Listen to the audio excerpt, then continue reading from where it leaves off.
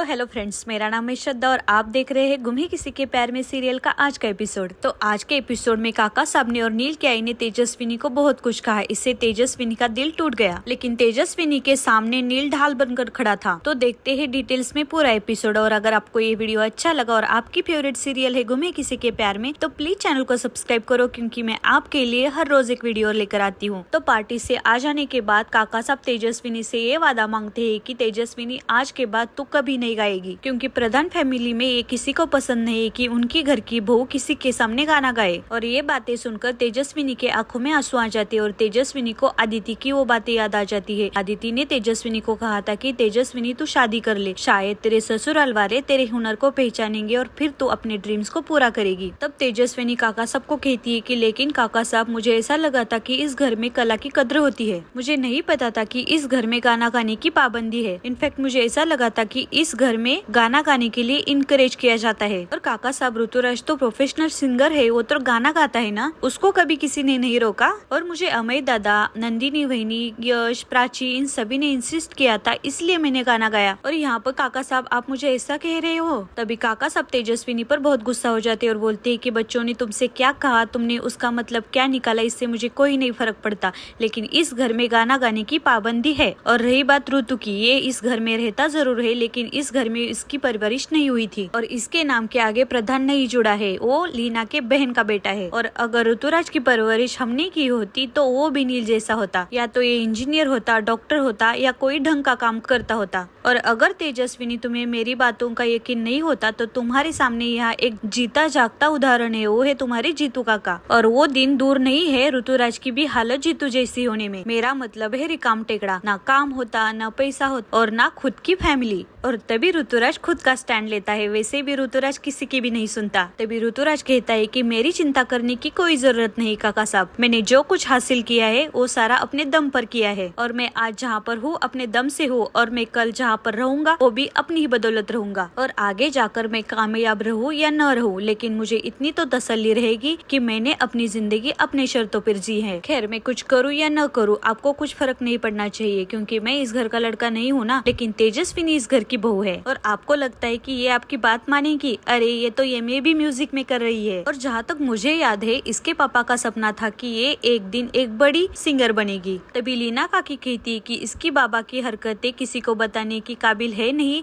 तो सपनों की क्या ही बात करे। वैसे भी लीना काकी को तेजस्विनी के बाबा से बहुत प्रॉब्लम है, क्योंकि तेजस्विनी के बाबा ने लीना को कॉलेज टाइम में रिजेक्ट कर दिया था। और लीना काकी तेजस्विनी को कहती है कि वो क्या कर रही हो तुम, म्यूजिक में एमए, जिनसे पढ़ाई नहीं होती ना वो ऐसे टाइम पास करते हैं। और अगर तुम्हें पढ़ाई करनी है तो MBBS LLB बन जाओ, कोई जरूरत नहीं है तुम्हें एमए की एग्जाम देने की। और मैंने तुम्हें पहले ही कहा था कि तुम इस घर की बहू बन गई हो, अब तुम्हारी यही पहचान है। और तुम अपने सपने वपने छोड़ दो और इस घर के नियम और कायदे सीख लो। अब तुम्हारा एक ही लक्ष्य होना चाहिए, इस घर की एक अच्छी बहू बनना। तो अब तुम इस गाना बजाना और लोगों का दिल बहलाना छोड़ दो। तभी तेजस्विनी लीना काकी को कहती है कि सिंगिंग सिर्फ लोगों का दिल बहलाने का जरिया नहीं है आई, और आप सभी लोग सिंगिंग को इस नजरिए से देखना बंद करिए। और आप लोगों को ऐसा लगता है ना एक कलाकार जिंदगी में कुछ नहीं कर सकता, लेकिन मैं तो ये कहती हूँ कि कला के बिना जिंदगी है ही नहीं। और संगीत तो जिंदगी के हर पहलू में आता है। अगर आपको ईश्वर की आराधना करनी हो, आरती गाई जाती है। आपके देश के प्रति सम्मान जताना हो तो राष्ट्र संगीत गाया जाता है। मेरे लिए, मेरे आई के लिए और देश के लाखों करोड़ों लोगों के लिए संगीत एक पूजा से कम नहीं है आई। तो प्लीज संगीत के बारे में ऐसा कुछ भी मत कहिए आप लोग। और तेजस्विनी लीना काकू को ये भी बोलती है कि आप मेरे बाबा के बारे में क्या बोल रही थी आई,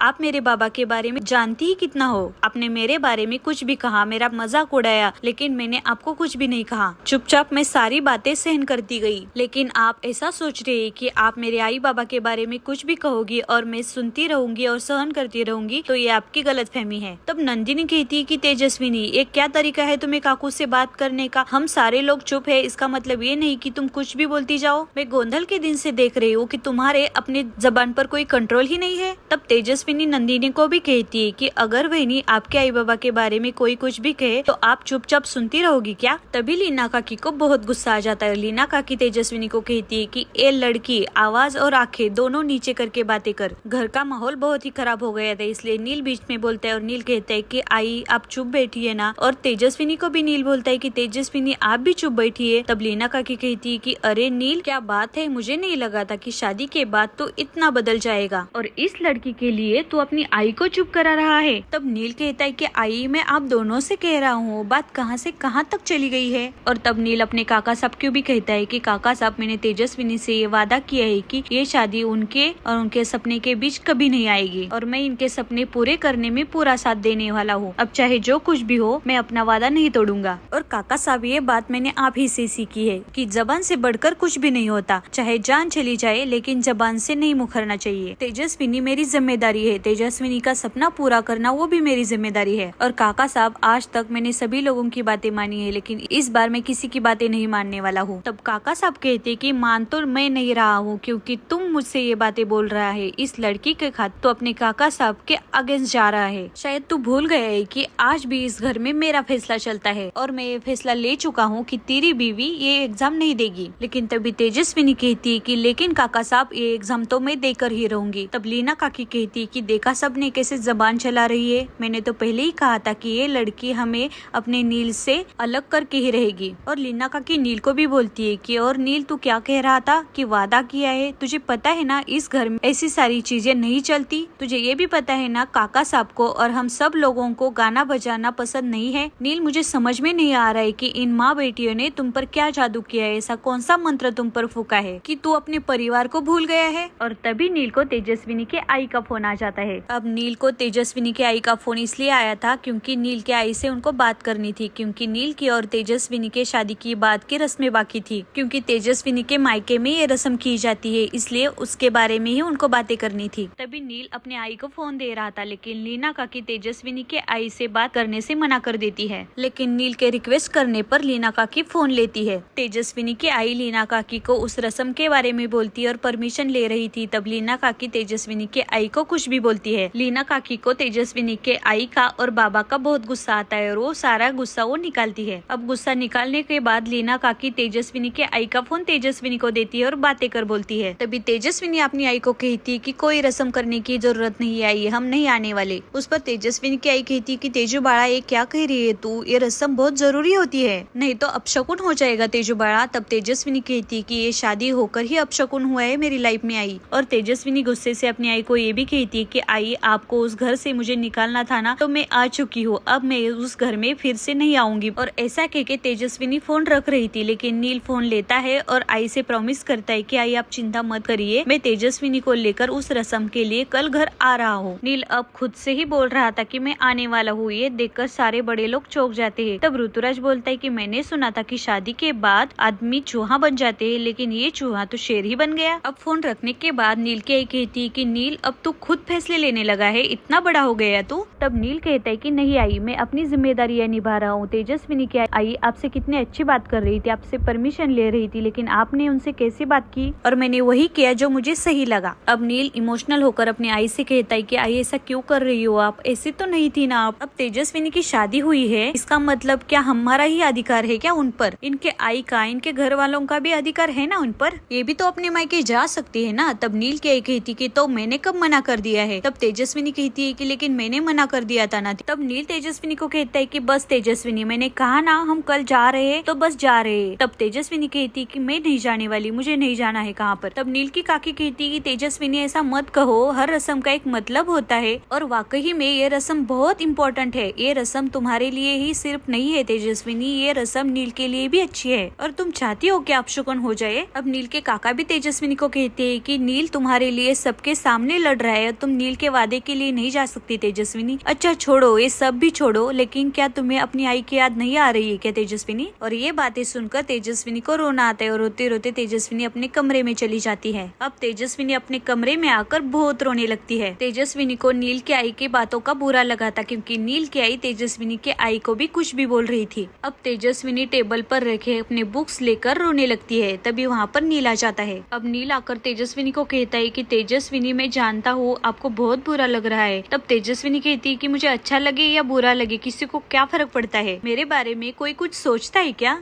मेरे घर वाले ने मुझे शादी के मंडप में खड़ा कर दिया, तुम्हारी एक हाँ ने मेरी शादी करवा दी, और अब मैं अपने पापा का सपना पूरा नहीं कर सकती क्योंकि तुम्हारी फैमिली ने मुझे अपना फरमान सुना दिया। अब मुझे जिस रस्म के लिए अपने घर नहीं जाना था उस रस्म के लिए भी तूने मेरी आई से हाँ कर दिया। अब मुझे वहीं पर भी जाना होगा। मुझे सभी लोग अपने हाथ की कठपुतली समझते हैं। अब तेजस्विनी ज्यादा रो रही थी और बोल रही थी कि मेरे मन में क्या चल रहा है इससे किसी को भी कोई फर्क नहीं पड़ता। सब लोग बस अपने मन की करवाना चाहते हैं मुझसे। लोग दूसरों की जिंदगी पर अपनी हुकूमत क्यों चलाते हैं नील? ऐसा कह के तेजस्विनी नील को सवाल कर रही थी। क्या मुझे अपनी जिंदगी जीने का कोई अधिकार नहीं है? तेजस्विनी को रोता देख नील को बहुत बुरा लग रहा था। अब नील हाथ जोड़कर तेजस्विनी से कहता है कि अभी जो कुछ भी हुआ उसके लिए Tejaswini I am really sorry. मेरी आई ने आपसे जैसे बात की उसके लिए I am really sorry Tejaswini. मैं जानता हूँ तेजस्विनी म्यूजिक आपके लिए कितना मायने रखता है।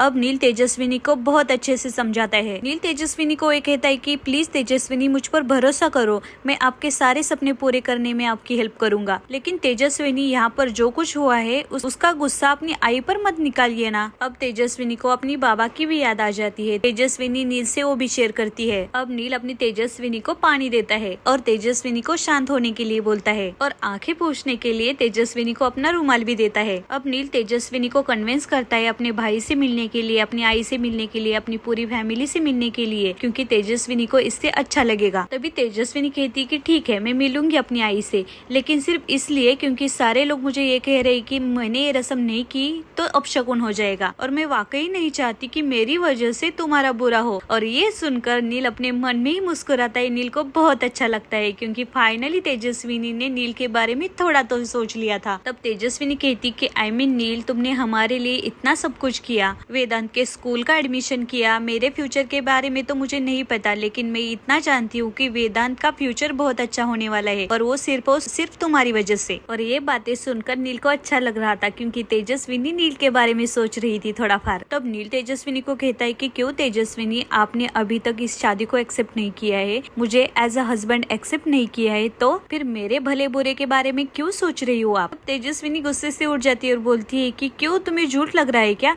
तब नील भी उठता है और नील बोलता है कि नहीं मुझे आपकी कोई भी बात झूठी नहीं लगती, मुझे सिर्फ इसके पीछे का लॉजिक समझ में नहीं आया। तब तेजस्विनी कहती है कि हाँ तो सारी बातों को समझना ही जरूरी होता है क्या? और ऐसा कह के तेजस्विनी चेंज करने के लिए चली जाती है। अब दूसरे दिन बहुत अच्छी तरह से तैयार होकर तेजस्विनी नीचे आई थी क्योंकि उसको अपने मायके जाना था उस रस्म के लिए नील के साथ। तो प्राची कहती है कि कैसी लग रही है आज हमारी वहिनी? तभी वहाँ पर ऋतुराज आ जाता है और ऋतुराज कहता है कि अब तेजस्विनी तो हर रोज अच्छी ही दिखती है ना और सुंदर भी दिखती है बहुत। तभी प्राची कहती है कि नहीं लेकिन आज बहुत खास दिख रही है क्योंकि वो पहली बार अपने मायके जा रही है और मायके में लगना चाहिए कि प्रधान की बहू आई है। तभी लीना काकी पूजा करते करते भी तेजस्विनी को बोलती है कि वैसे वही करने जा रही है, वो बातों का अच्छा जाल फंसाती है। ये शादी के दिन कह रही थी कि मैं इस लड़के से शादी नहीं करना चाहती, कल कह रही थी कि मैं मायके नहीं जा रही हूँ और आज सर धज के मायके जा रही है। उसके मन में कुछ होता है और अपनी जबान में कुछ होता है। तभी अमृता काकी कहती है कि वही अब क्या बोल रही हो, रस्म नहीं हुआ तो अपशकुन हो जाएगा। तभी लीना काकी कहती कि नहीं अमृता तुम्हें ये गलतफहमी हो रही है कि ये अपशकुन की वजह से मायके जा रही है और ये मायके जा रही है अपने डॉक्टर पति और अपने रईस ससुराल की नुमाइश करने। इन छोटे लोगों का ऐसा ही होता है, कुछ बड़ा मिल जाए तो इनको बहुत मजा आ जाता है, सिर्फ शो ऑफ करने जा रही है।